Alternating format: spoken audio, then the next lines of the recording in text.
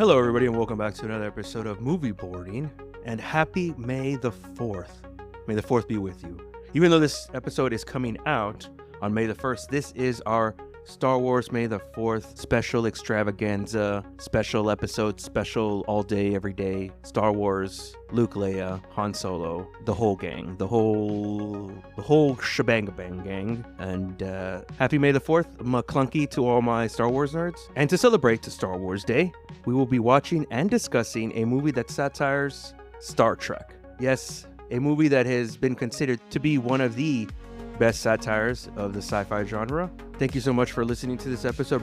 I just had an idea, so listen up, Southwest. So every time you log in to southwest.com when you're on a flight, you can connect to the in-flight Wi-Fi, the free version of it, and you can watch movies, you can watch TV, or even listen to music. And I don't know if they have podcasts. That'd be a good idea. Now, my idea is, why don't you have my podcast on there? I'll do it for the exposure. You can have my podcast, and then you can either add movies that I've reviewed, or I can watch and review movies that are on the app currently. And also, too, I'm going to have more Co-Hearts on the podcast. And you're going to get a pretty good product, I guess. I don't watch any ultra-violent movies or graphic movies.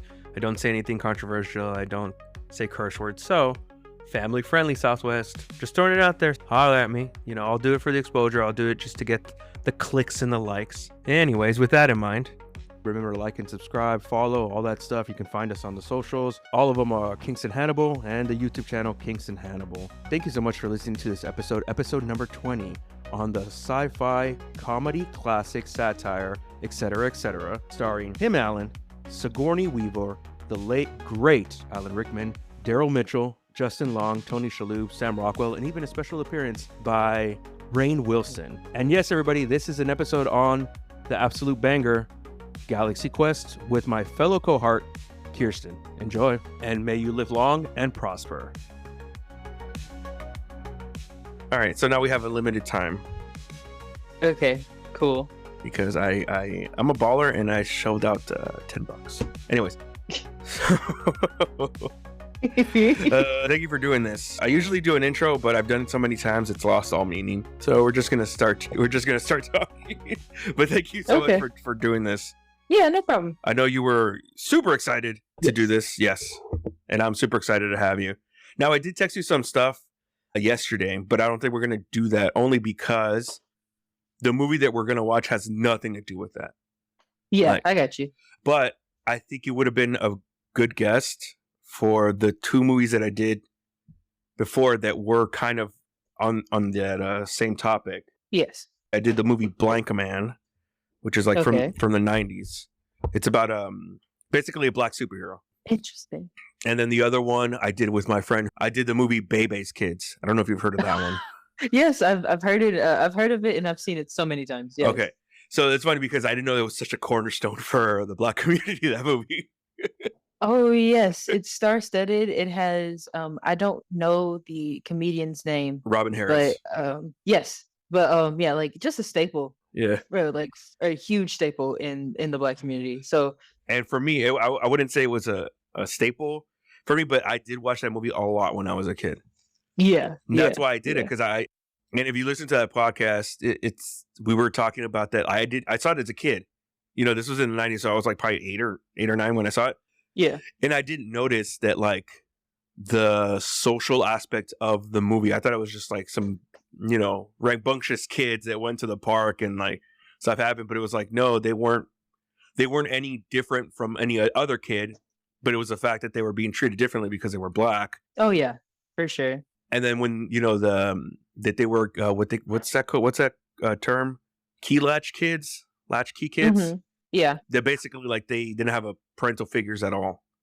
And like when you're 8, you just see like, oh, that kid has poop in his diaper, and it's like, well, that's kind of a problem. Like, no, is it at all? We could talk a little bit about that, even though this movie has really nothing to do with that, and it's kind of like the other way. And I think they might have done that on purpose. Yeah. That there's only like 1 or 2 black characters in the movie. Yes. Because the movie we're going to watch is Galaxy Quest. Yes. And if you saw, I don't know if you did any research or anything like that on it. Just seldom. I think if we're talking about the same movie, I would be embarrassed if I get this wrong. But it has Alan Rickman in it, right? Yes, it does. That's the only like big thing that I know about with that specific movie that he's in it. That he's So, in it, and I know you said you're a big mhm. you're a big Potterhead. Yes, very Yeah, much so so. that's why. Yeah, I know him more than anything because I'm not actually at all into Harry Potter. I know some of the stuff Oh, just through osmosis, like um, yeah, but yeah, him, Alec Rickman, Die Hard is yes. the big Oh, one. yes, Yeah, the Alan big one. Rickman. Um, Yes, because that's how he sounds in the movie. Going back to what we were saying, that it's kind of the opposite of that because a lot of the sci-fi movies, i.e., the big one, Star Wars, was criticized from back in the day that it had like 2 black characters in the entire original trilogy, and one of them was just the voice, which was James Earl Yes, Jones. So I yes, think that's playing why Darth Vader, of Galaxy course. Quest is doing that in this movie that only has like one black character. Oh, so it's like a parody, So yeah, so kind of, Galaxy sort of. Quest is a parody of like all those sci-fi movies, and specifically not so much Star Wars, but it does have some elements, but specifically of Star Trek, Star Trek. which Yep. was actually very, according to people, and I think so too. Yeah, it was very progressive, Oh yeah. being in that it had an Asian character in there, Yes. George Takei. Hmm. I had a black character, and then the white character and the black character were like love interests. Yeah. And this was like in the 60s. Yeah. Nichelle Nichols, and I don't know who played Spock. I think it was Spock. Spock, Leonard Nimoy, and then the Asian character was George Takei. Yes. Yeah. So yeah, I know Nichelle, definitely. I have a cousin that was named after Nichelle. So yeah. What were some of the movies that you saw as a kid that were like, you said a lot of them were like from the black community or like an all black cast or like an all black production? Because I told you that we had this conversation when we saw Baby's Yeah. Kids, me and my friend Jem, and only one I could think of was Black Panther, and then the only one she could think of was I think one of the Beyonce films that came out, like All Hail the Queen or something. Yeah, yeah. So just there are a lot of major influences, regardless if they are parodies or regardless if they are like actual staples. Like my favorite like black movie that's like through and through is Poetic Justice, featuring Okay. Tupac and Janet Jackson. That's like Yeah.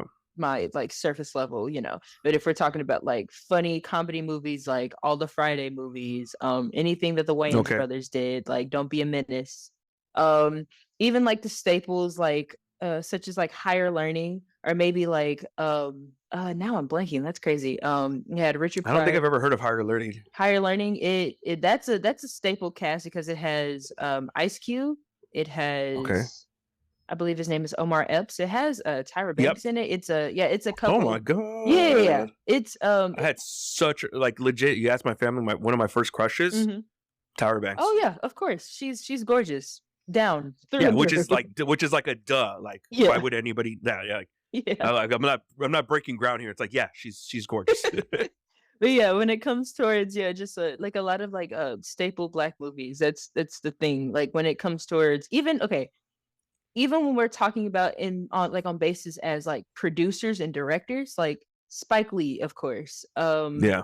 Shoot, like he kind of was a trailblazer when it came towards just anything regarding black stories in the black community. Wow, why am I blanking do the right now? thing? Yes, Do the Right Thing.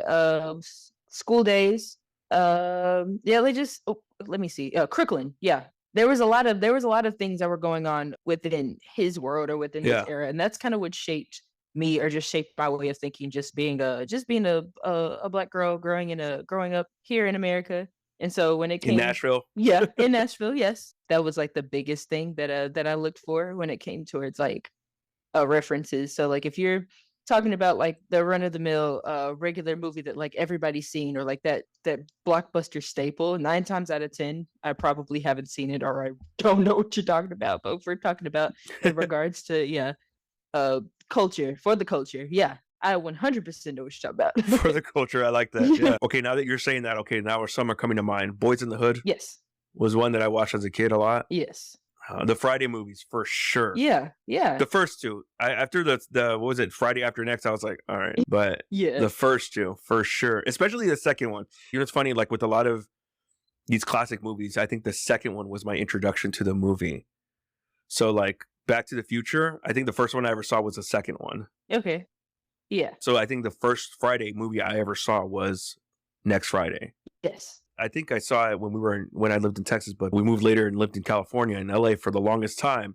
Yeah. Like that was kind of like a staple too, because it's like, oh, like we didn't live around there, like in Crenshaw or what is it called, Inglewood, but you see it now as an adult and you're like, oh snap, like that was filmed there or that was filmed there. And then the Yes. second one was in Rancho Cucamonga.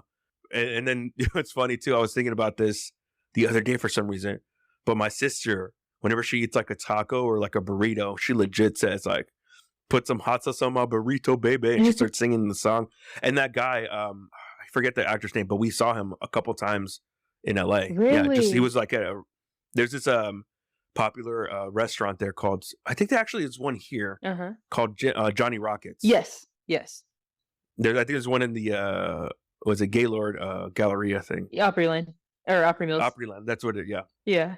And we saw him a couple times in LA and like at the Johnny Rockets. That's cool. Oh my gosh. I know who you're talking about. I just like J names keep popping up, but if I say something Yeah. wrong, I'm gonna be mad. So No, yeah. Friday. Let's see, Friday.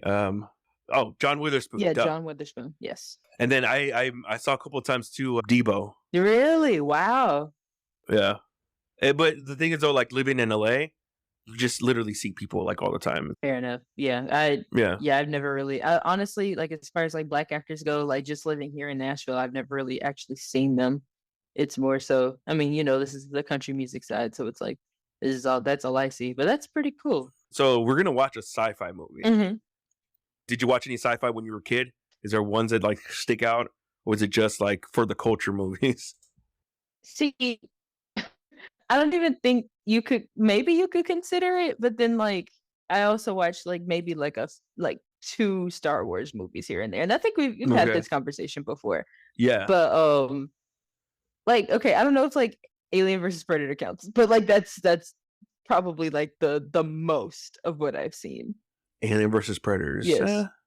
Yeah, that's sci-fi. That's sci-fi. Yeah. And like if we're talking about anything like deeply like science in general, I Yeah. never really did. I was more of I guess it was more of like a comedy romance kid. So yeah, as far as that, and then like my best friend, she's interesting like that when it comes towards just being the total opposite of me. So she introduced me to two movies a lot. So I've seen Rogue One, Mm-hmm.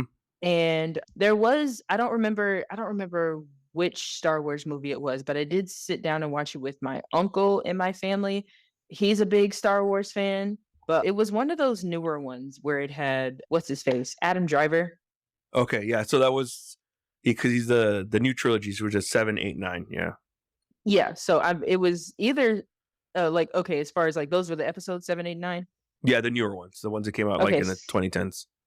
okay, so that one it had to be like episode 7 or episode 8 that I did see, and I really enjoyed that. I thought I was missing out, and then I had like a little spiel where I was trying to watch everything in order, but Uh-huh. I was like, do I do it chronologically or do I do it by release date? So like Yeah. I tried it, and I was just like, I can't.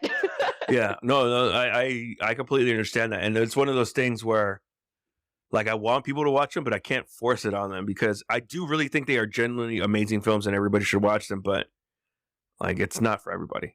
It Yeah. really isn't. And I think what kind of turns people off is a little bit of the fandom of it, that they're like, Really? yeah, they're like, in the extended universe kind of thing, which is going to be a lot of that in this movie. So this movie, like it said, Galaxy Quest, it stars Tim Allen, Sigourney Weaver. Oh, I forgot. Wow. So Okay. Aliens, she's a big Uh-huh. sci-fi person. Like, and then Tim Allen, I wouldn't say so much as sci-fi, but for sure because of the Toy Story movies, that he's become part of some sort of fandom, especially like a Disney fandom. Yes. And then Alan Rickman being in the Die Hard movies and then the Harry Potter movies and just being the actor, and his voice is very iconic. But Yes. they do kind of talk about that fandom of like people, especially with like the Star Wars and Star Trek, of how these people are just like insane for it. But at the same time, you kind of, and you'll see it a little bit, that it's like, well, yeah, these people are obsessed, but a lot of these actors owe their career to those people that are Yes. completely obsessed. So it's like, you kind of have to have a balance, like of love-hate relationship with them. For sure, for sure. I think actors tend to forget, especially like, okay, if you were beloved by a certain thing that you did, honestly, like your name is going to be tied to that for the rest of your life. You have to Yeah. like dedicate that to your career. It's what happened, you know? Yeah, and poor Alan Rickman, he has like 2 franchises that his name is attached to. And then you think about someone Yes. like Harrison Ford. Was it the Star Wars and Indiana Jones? Yes, yes. I finally started watching those Indiana Jones movies too. Though that was interesting They're really to good. I see. really do like them. Hmm. So you said also Ender's Game was one that you kind of... Yes. Yeah. I remember, okay, we were it was like 8th grade, but I do remember us like reading little segments of that movie because it was kind of like, oh, okay, well, I'll also mention a little bit. I've seen like 30 minutes of the newest Dune. But when it came towards Ender's 30 Game, I think minutes. only 30 minutes because I was just like, where's Zendaya? Where is she? Oh, And then she she doesn't popped up. come out in the first one. Yeah, and I figured that out and I was like, yeah, I'm gonna turn this off now. Yeah. But seeing a bit of a Ender's Game, I think it was a part of an assignment just during that time. I think his last name is Herbert, the one that wrote Dune, and then Frank Herbert, yeah. Orson. Yeah, and then I think it's Orson Scott Card. I Yep. think. That's Yes. Ender's Game, yeah. Yeah, that wrote Ender's Game, and it was just for that time. It was kind of cool just to see the progression of time. How my teacher was explaining it. Like people were literally like, okay, this guy's crazy. You can't have a computer on your phone, or like we're not going to get to that progression of time where it's like we're actually using technology to, I guess, work and help everyday lives. And he was creating this futuristic like world that was just, like, I mean, like, because you know Yeah. how the story Ender's Game goes. Like it was just this futuristic world that they could not see in the time that he wrote the book. So I just thought it was interesting because it's just like I'm big when it comes towards just, like I said, generational, just seeing how time has transcended throughout just history. And it was just enough for that movie to be translated into today's world. I think it came out in 2012, 2013. Mhm. But it's just to see that like that movie could have been written in today's world and it would have made sense. But like back in I think it was the 60s. I think. I'm not sure. I'm sure. But Let's see. when the book was written, they just couldn't see that as a world that could exist. And I just thought that was interesting. So it was one of those things where I was like, that's cool. It was written in 85. I thought it was way earlier than that. I thought it was way earlier than that. But I do agree with what you're saying, because if you look at some of the main themes about that movie, it's using these machines to fight wars. Yes. Drones. That's what we use now. And then using children to fight your wars, which that's what a lot of countries do. And they use children, like 18-year-olds, to fight wars. And you see that and you're like, oh, that doesn't make sense. So it's like, that's not far off. I mean, they were like, what, 12, 13 in the book? But it's like, it's not that far off to think that like, 17-year-olds or 16-year-olds at some point are going to like fight, which does happen. And so, like you said, it's something that could have been written today and it still makes sense. And it's just like, well, did he really predict a future, or did he just see that this was the logical progression of like all these things that were going to happen? Yeah, probably just foreshadowed it. And I mean, it was bound to happen, just how time works. Yeah. Just seeing how that world was just in the 80s to now. I guess he just couldn't foresee, like, it wasn't foreseen that, like, yes, we eventually would have smartphones and we eventually would be, doing these kinds of things. But just creating that fictional story, it was just something that stood out to me. And I really like that movie. I wish that I continued the series, but I really like the movie. With starring Harrison Ford isn't it too? In Ender's Game. Oh, yeah. Yep. Sure is. So I will say that Zendaya is not in the movie that whole in the first one, but they are really good movies. She's in the whole thing on the second one.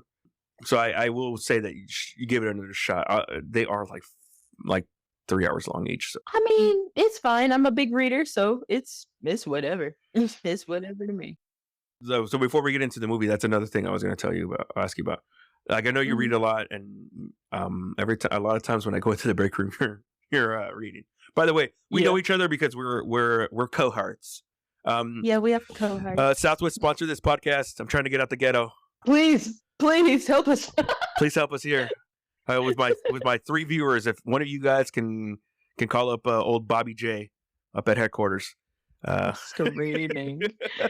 I'm gonna get like a letter later on. You are Terminator. Anyways, Oh no. I can be the official podcast of Southwest Airlines, guys. You Let's do can. You this. can. It's a social media team. It works. Yeah, and we'll But do. Yeah, you know what I have wanted to do is whenever I go, I would have to be a long flight, but get on a plane and have somebody with me, and then we do a podcast on the plane, but we'll watch a movie that's available on the Southwest app.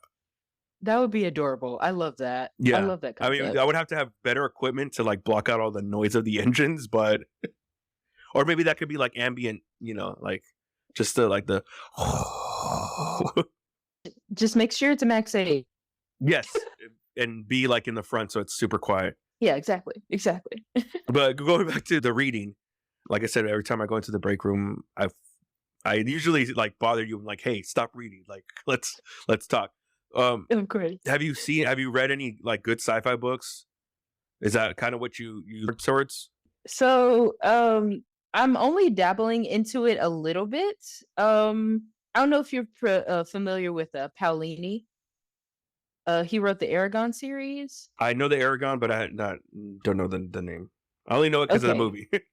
Yeah. So there's a book that I did, and I ended up giving it away, but I want to get it back again. It is a sci-fi book. It's called To Sleep in the Sea of Stars. And I've also like dabbled in a little bit of Dune. There's like a cool like graphic audio, like very descriptive thing on Audible that I do listen to. And like that's as far as that I've gone. Like I've only gone so far, but when it also I do have a bit. I don't know if Brandon Sanderson is considerably is he more sci-fi or is he more fantasy?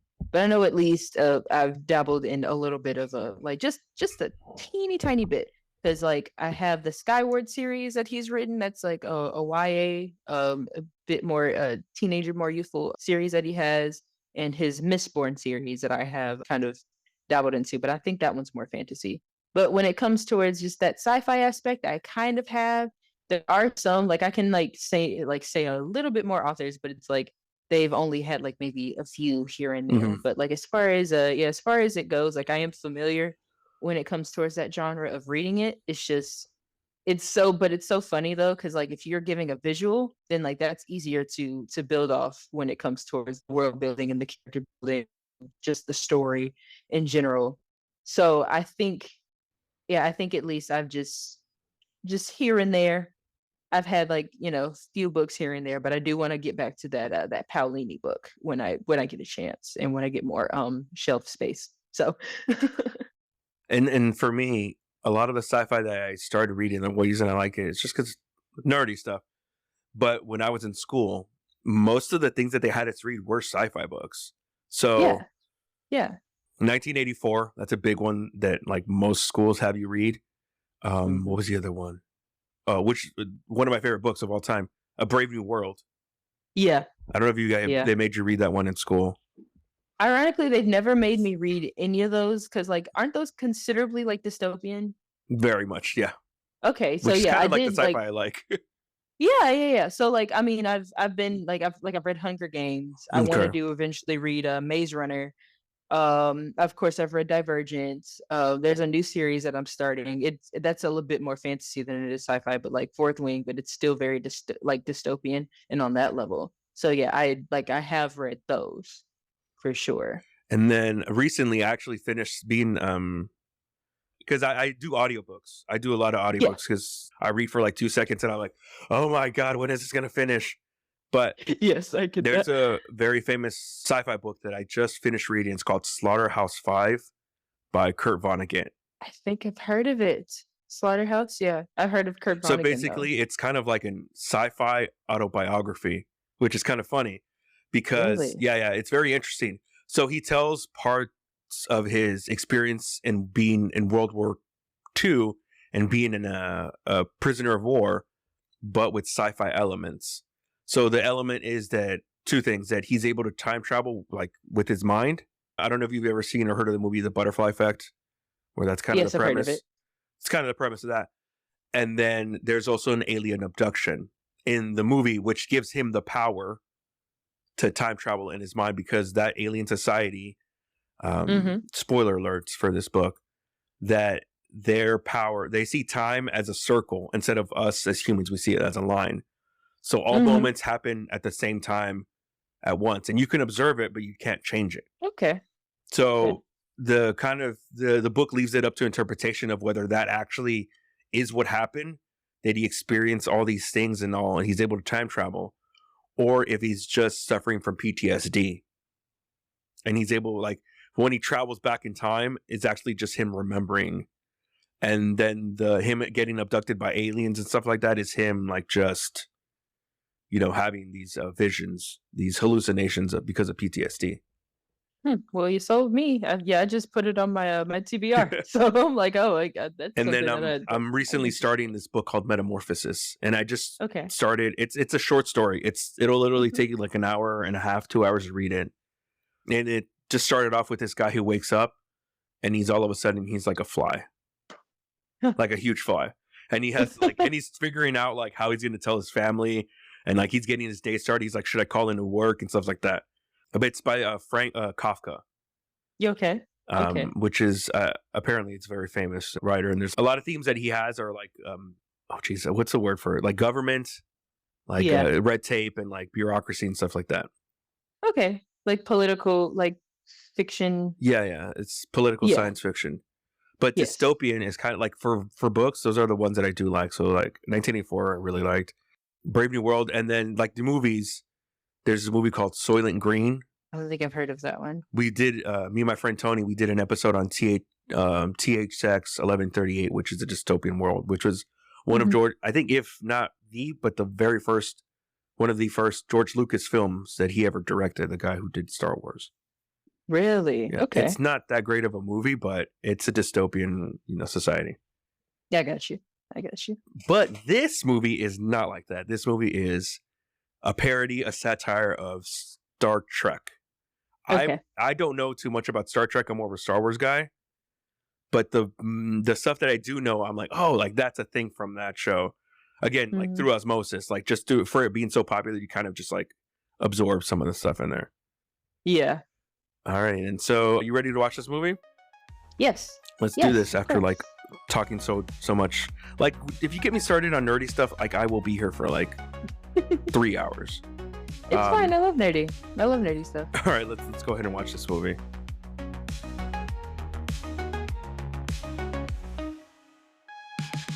Hey guys, I'm part of the crew now. Look at me with my cool chain. Right. Like what? Not the.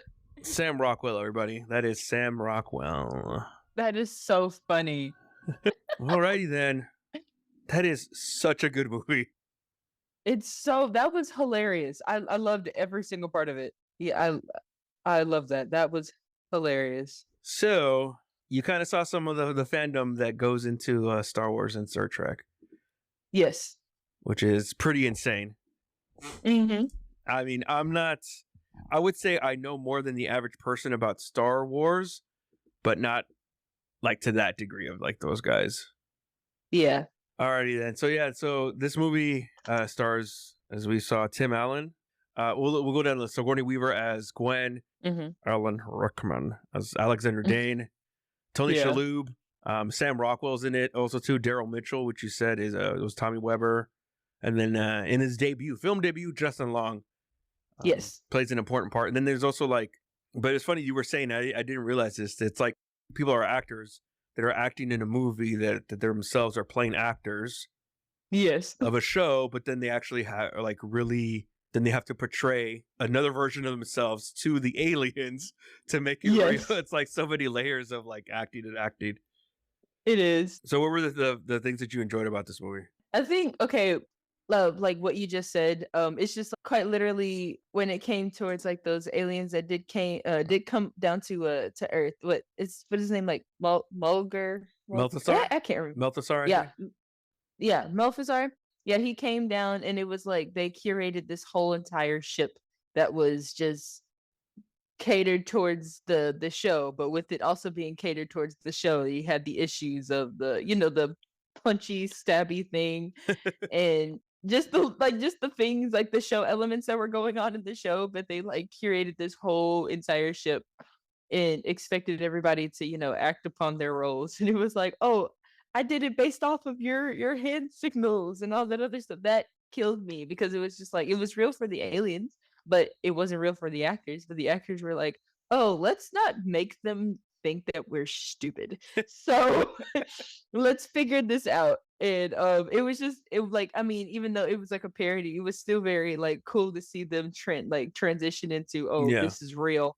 This is real. Like these folks can take us out, or the aliens can take us out. So, we're actually in this thing. And I mean, of course, just the hilarious aspect. Like each actor I've seen to some degree of some of their work. Hmm. So like just seeing them like I guess out of their serious elements, because I don't think like Sigourney Weaver or Alan Rickman are like particularly like they're more drama types, so Yeah, they they don't are. do funny things. Yeah, so like seeing them do things like this, but like okay, Tim Allen's known for it. I think even the one that plays Guy, like I've seen him in a couple things, but he's done a couple action movies, but he's still like funny. So it was Oh kind of yeah. like yeah, it was still very, very cool to see. Sam Rockwell. Yeah. So yeah, yeah, yeah. So, just bringing that element of like the serious actors versus the comedic actors come together in this really, really quirky, really funny movie. It was really nice to see. I really liked it.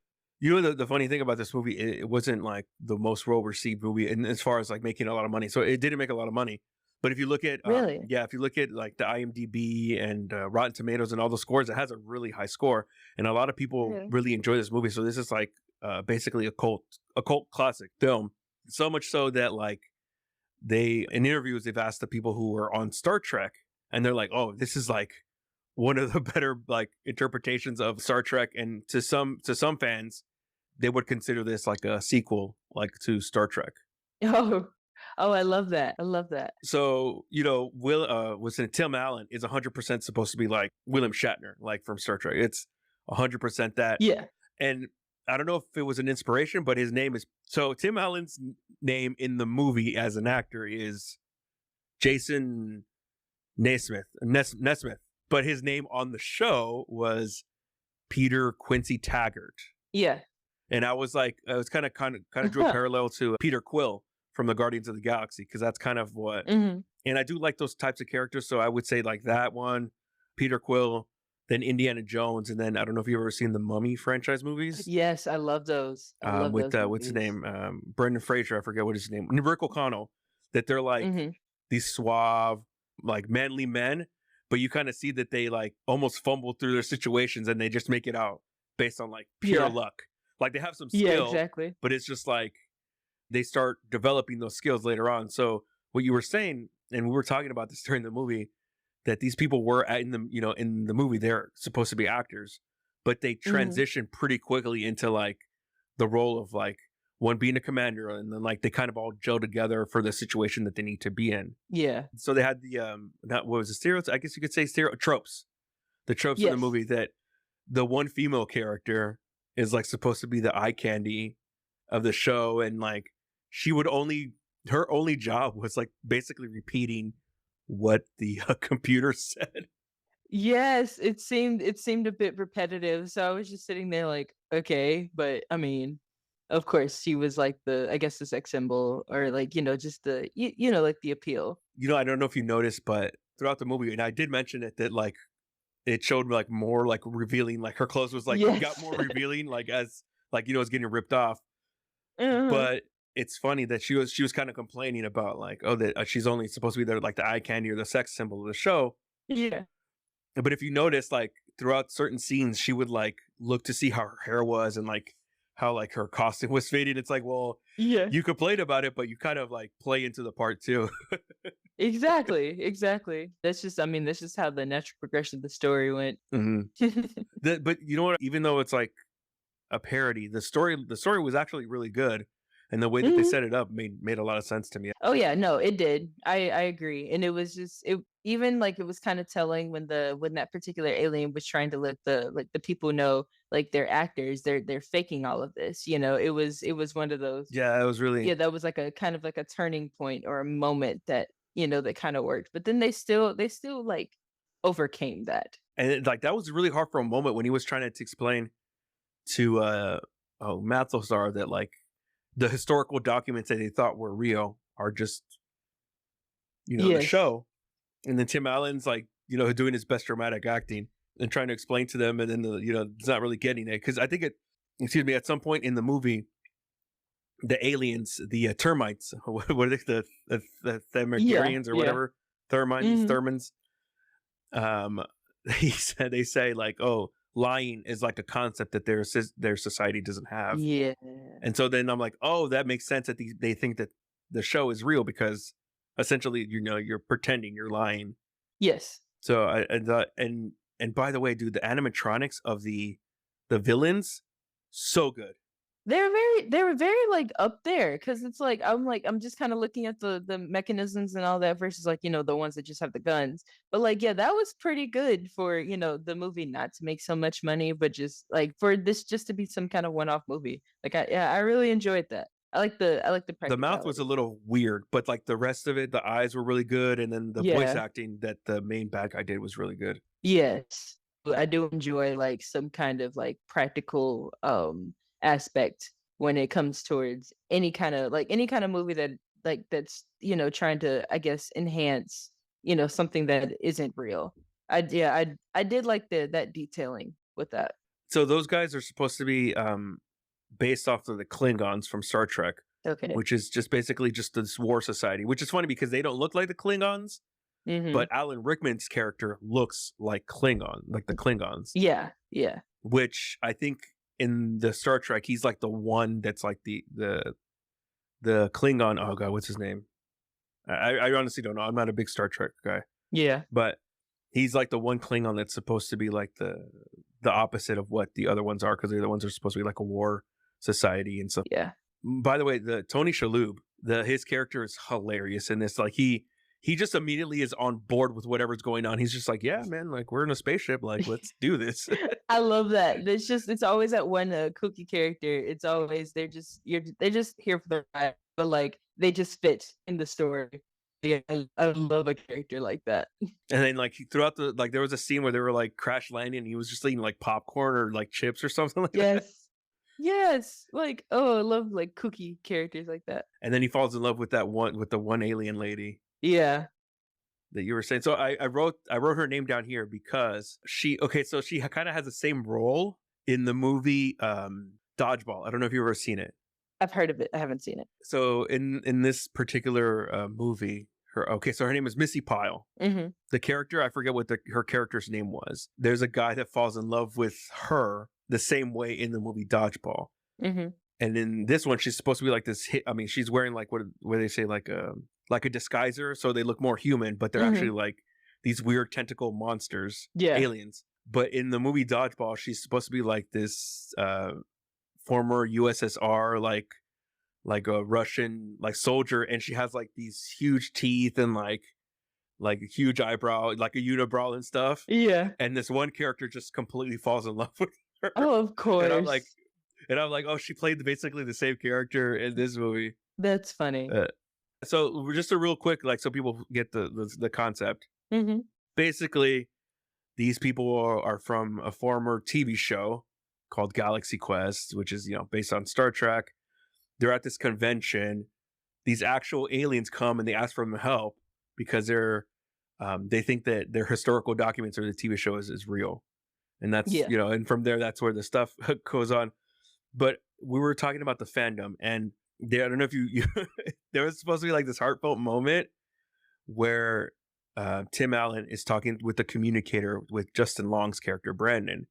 Yeah. And then Brandon was like telling him, I know what you said, like I need to kind of get a life or whatever. I'm not really a loser. And he was about to go into like this whole speech, and it was heartfelt, and he cuts him off, and he's like, no, dude, it's all real. And he's like, I knew it. Yeah. I knew it. I knew what it was. I knew it was real. Yeah. Uh-huh. But the fandom is really funny. We were talking about that earlier, that I understand that some people do take it far. Like it really is. But at the same time, I know that Harrison Ford is one of them that's just like completely over it. Like he just like, Yeah. Yeah. yeah. I don't know if you've seen interviews when they talk about Star Wars. He's just like, dude, But on the other hand, you have someone like Mark Hamill who played Luke Skywalker. He is all in on it. Like, and he also has two fandoms because he was the voice of the Joker in the animated series, the Batman the animated series, for like the Yeah. longest time. And so like for a lot of people, including myself, like when I think of the Joker, I hear his voice. Yeah. So my thing is like, I don't know how you feel about that. It's like, well, yeah, like I know people take it too far, and you should never take it too far.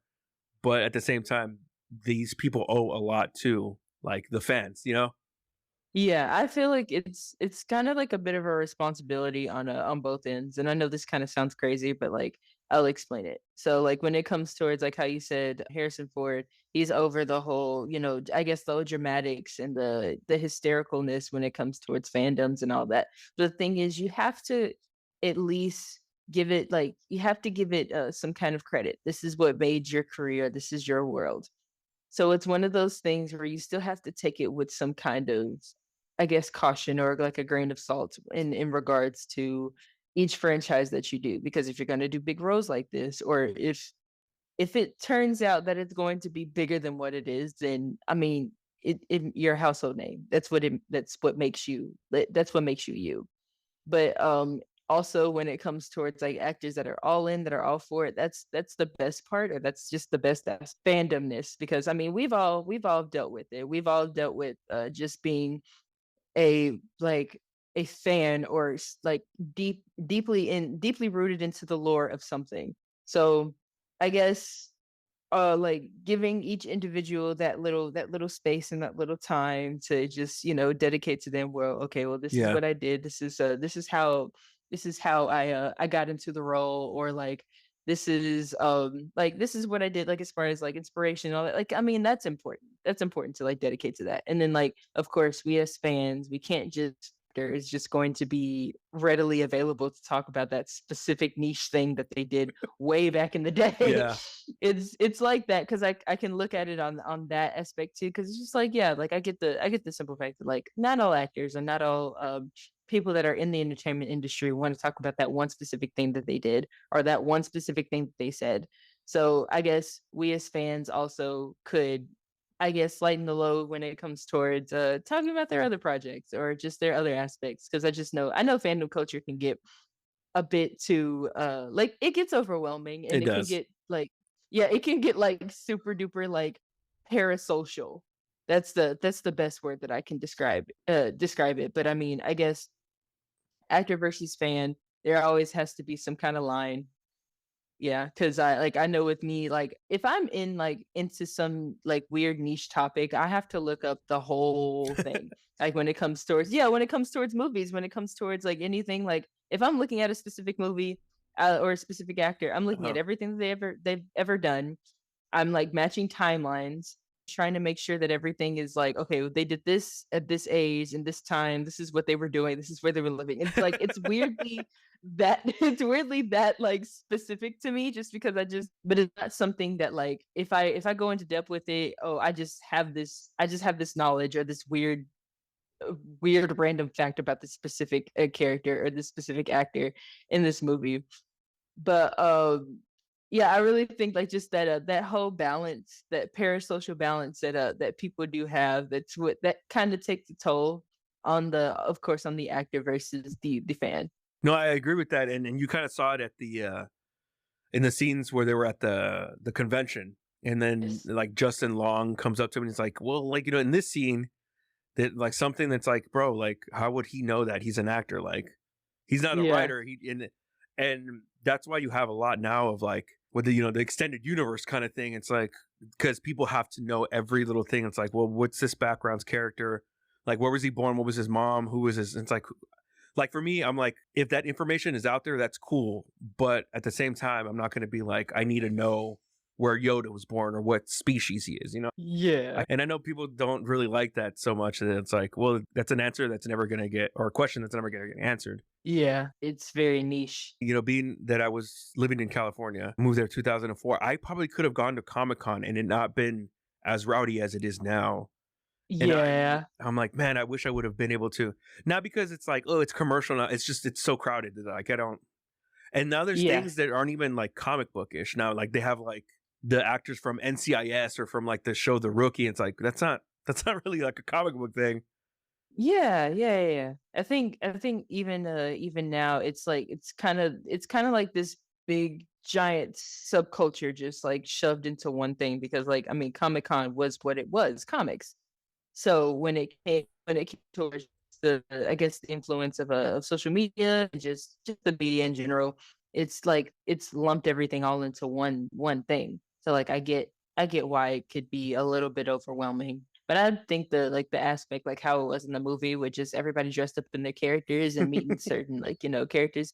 I think that part is the cool part, just seeing how people cosplay or just how people are so into the lore of whatever they're into. I think that's pretty cool. I mean, I wish I would have so been able to go to that Comic Con. I wish I would have been able to go, when, especially like Yeah. with my friend. The reason I started getting into comic books and like stuff like this, although my friend in high school, Patrick, shout out to him. This is like the third or fourth shout out I've had with him on the podcast. We were more into comic books. Not he wasn't so much into Star Wars. I think later on he probably got into it. But with him, I probably would have 100% gone to like a Comic Con. I don't know if I would have gotten dressed up, but I for sure would have just gone. Yeah, just to see it. Yeah. If you were to go to a Comic Con, would you dress up as anything? Okay. So it wouldn't necessarily be a Comic-Con, it would be something like regarding games or Okay. regarding like anime or anything. So if I think off the top of my head, I would like dress as something from the Kingdom Hearts series. So yes, I would. I've never played that game before, but it seems like it would be something that I would like just because it has like all the you can play as like or you can have all the different Disney characters. Yes. And that's the basic thing that I would do. I would like be carrying the Keyblade around. That's what I would. I've written here in all capital letters Sigourney Weaver. Oh my gosh. My A goodness. queen. Oh man. She A was at this queen. point I think she was in her 40s or and I'm like, good Lord, Sigourney. I aspire You because know what I mean? if that's what she is in her 40s and like yeah. Do you think this is a movie that you would like show your friends or your family? Do you think they would like it or it would just be like, eh? Oh yeah, for sure. Yeah. We're big Would the warden mixture. like it? Oh yes, she would. Because she loves Alan Rickman. She loves it. She loves Ah, it. okay, So okay. it's yeah, that would be perfect. So the warden would love it. His performance was pretty funny. Like he was supposed to be the serious one, but his seriousness made it funny. Yes, like it's his stoicness. Like it's just how he portrayed himself, and he's like it's kind of awkward. Like when he would run and all that, it's his little weird comportment. It was adorable. Yeah. And he was one too that like and you saw that they all gel together. So that scene where they get captured and they're about to be put in the airlock, Yes. Tim Allen's character doesn't explain to him what he's trying to do, but he starts like telling him like you're a hack actor and stuff like that. And then Alan Rickman, like his character catches on like quick, like to what they're Yeah. doing. And it goes to show that like they were on this show for such a long time that even though they kind of hated each other, they still kind of like got each other's vibes, you know? And he also did that too Yes. at the end with Tommy. He was like, go through the Yeah. minefield, get closer to the mines. And he's like, why? And then Tommy's like, oh, like, Oh and then yeah. they transition. And then Tim Allen, like, he turned into like a good strategist, a good leader. And everybody was Yeah. just like on board Yeah. with him. I love the like them just kind of adapting to like their actual characters and it actually working out in their favor. Yeah. And this movie I is like that so funny. aspect. There's so many like little jokes and stuff that are in the movie. I did like the scene with the rock monster. That was pretty funny. Yes. They were just like little aspects. It's like it's kind of like if they were like they were quick. So like if you caught it, then yeah, then like there it was. And still to this day, but the portrayal of the aliens, the Thermians, it's still I find it uneasy. Like their haircuts and it still kind of weirds me out. Yeah. Like to this day, every time I see it, Uh-huh. and then they're like the way that they talk, and it's like like it still weirds me out. Just every time I like they're on the screen, I'm just like, ugh.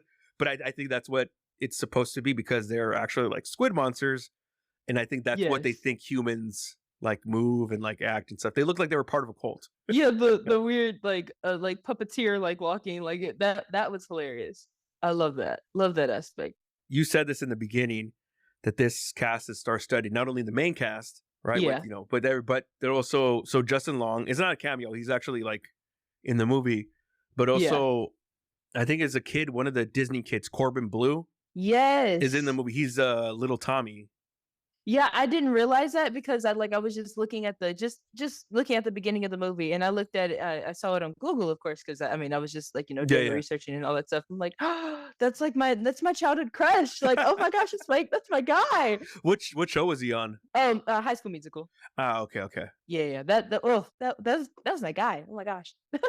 Rainn Wilson from The Office, a show I've never watched, is was one Yes. of the aliens in the background. I don't know his name, but he at least played he was in Phil of the Future, and he Uh-huh. also played Cusco, the Emperor's New School. He played in both shows, but he was such a funny dude. Like he had like a small little part in it, and it was in the beginning. I was like, oh my gosh, like oh, Yeah. I love when the movies are like just packed full of like actors that like everybody knows. That's happened a lot. That's happened a lot. That, doing the podcast that I watch movies, and I'm like, oh, that's like a famous actor now. But this is like their first role, or they had like an extra role. Yes. Is there anything else you wanted to say about the movie? Anything else you enjoyed about it? Just okay. When it comes towards movies, I'm not saying that this movie's like particularly cheesy or bad, but it's one of those things where I do like the aspect of movies that just don't take themselves Hmm. seriously. Because people need to realize, especially when you're like deeply into just like cinema or just like just theater or just anything like this in Yeah. general, not everything has to be so serious or not everything has to be so like complex. Like it doesn't have to have some kind of like thought provoking, mind blowing thing that goes on. Because it's like I take classics as classics. Those are good. The ones that Hmm. everybody talks about. 9 times out of 10, I haven't seen it, but that's besides the point. But I like the unserious movies. I like the ones that are just not like they don't really have to have some big old turn or some big old plot twist because it's just that's what makes like cinema or just entertainment fun. So yeah, I can appreciate This movie didn't take these itself like seriously at all, and it was better for yeah, it. yeah, and I don't even think that they can do that now, especially with the culture that we do have about like just cancel culture and all that other stuff. They can't do it like how they did it back in the day. And I mean, like pushing the boundaries and all that stuff. You have to be careful with what you say or what you do. And I mean, like let's call a spade. Like things that were said and that were done back in the day weren't the greatest, but it can't be done now. And so that's the only thing that I do like or I can appreciate about parody movies or that I can appreciate about movies from the past that are typically funny Hmm. or have a particular direction that they're trying to go. There was one word that they did say in this movie that I'm like, oh, you can't say that anymore. Yeah, Where they were at the yeah, restroom, yeah. yeah, where they were in the restroom, I Mhm. was like, oh, just hearing the word now, I'm like, oh, but I mean, it was the time. So, but at the same time, like Yes. movies like that, to what you were saying, Star Wars and Star Trek, I think had to recon or change certain things because of like words that they would say back in the day, and I'm Yes. like, just leave it. I mean, we understand we're not 12, that this was a different time. Not saying it was Yeah. correct, but it was a Yes. different time. So it's like just appreciate it for what it was then, and I'm sure people can compartmentalize and know like, oh yeah, that's not right now.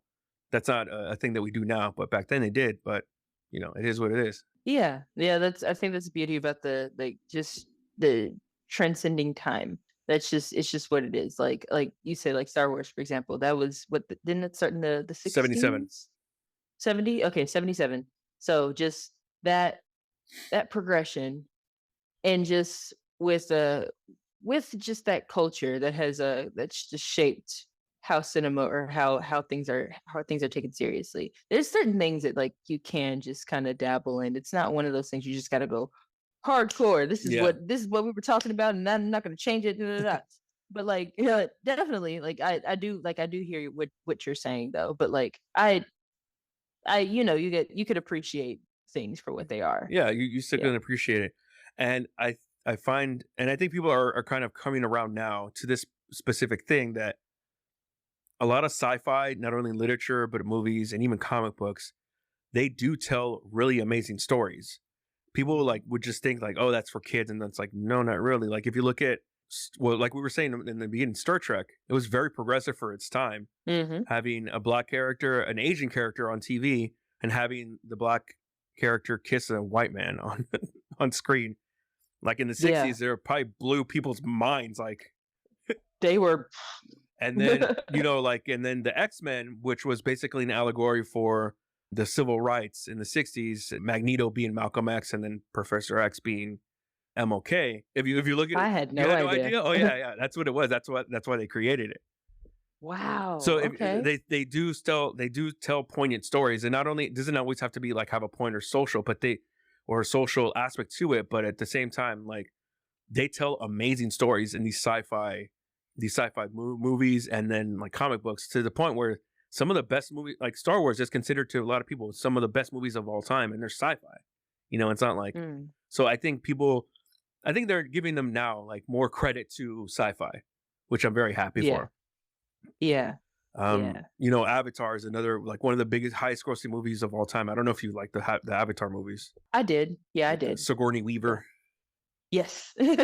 Yeah, I liked both of them. There's two. Oh, yeah, there is two. I forgot about the other one.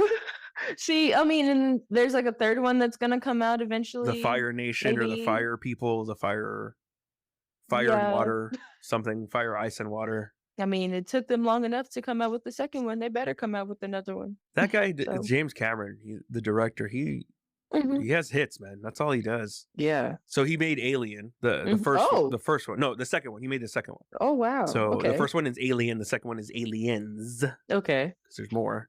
Uh-huh. Then he made the Terminator, the first Terminator movies, the first two, and then Avatar. Yeah, I think I've seen the second Terminator movie. That one is such a good movie too. The second Terminator. I highly recommend that one.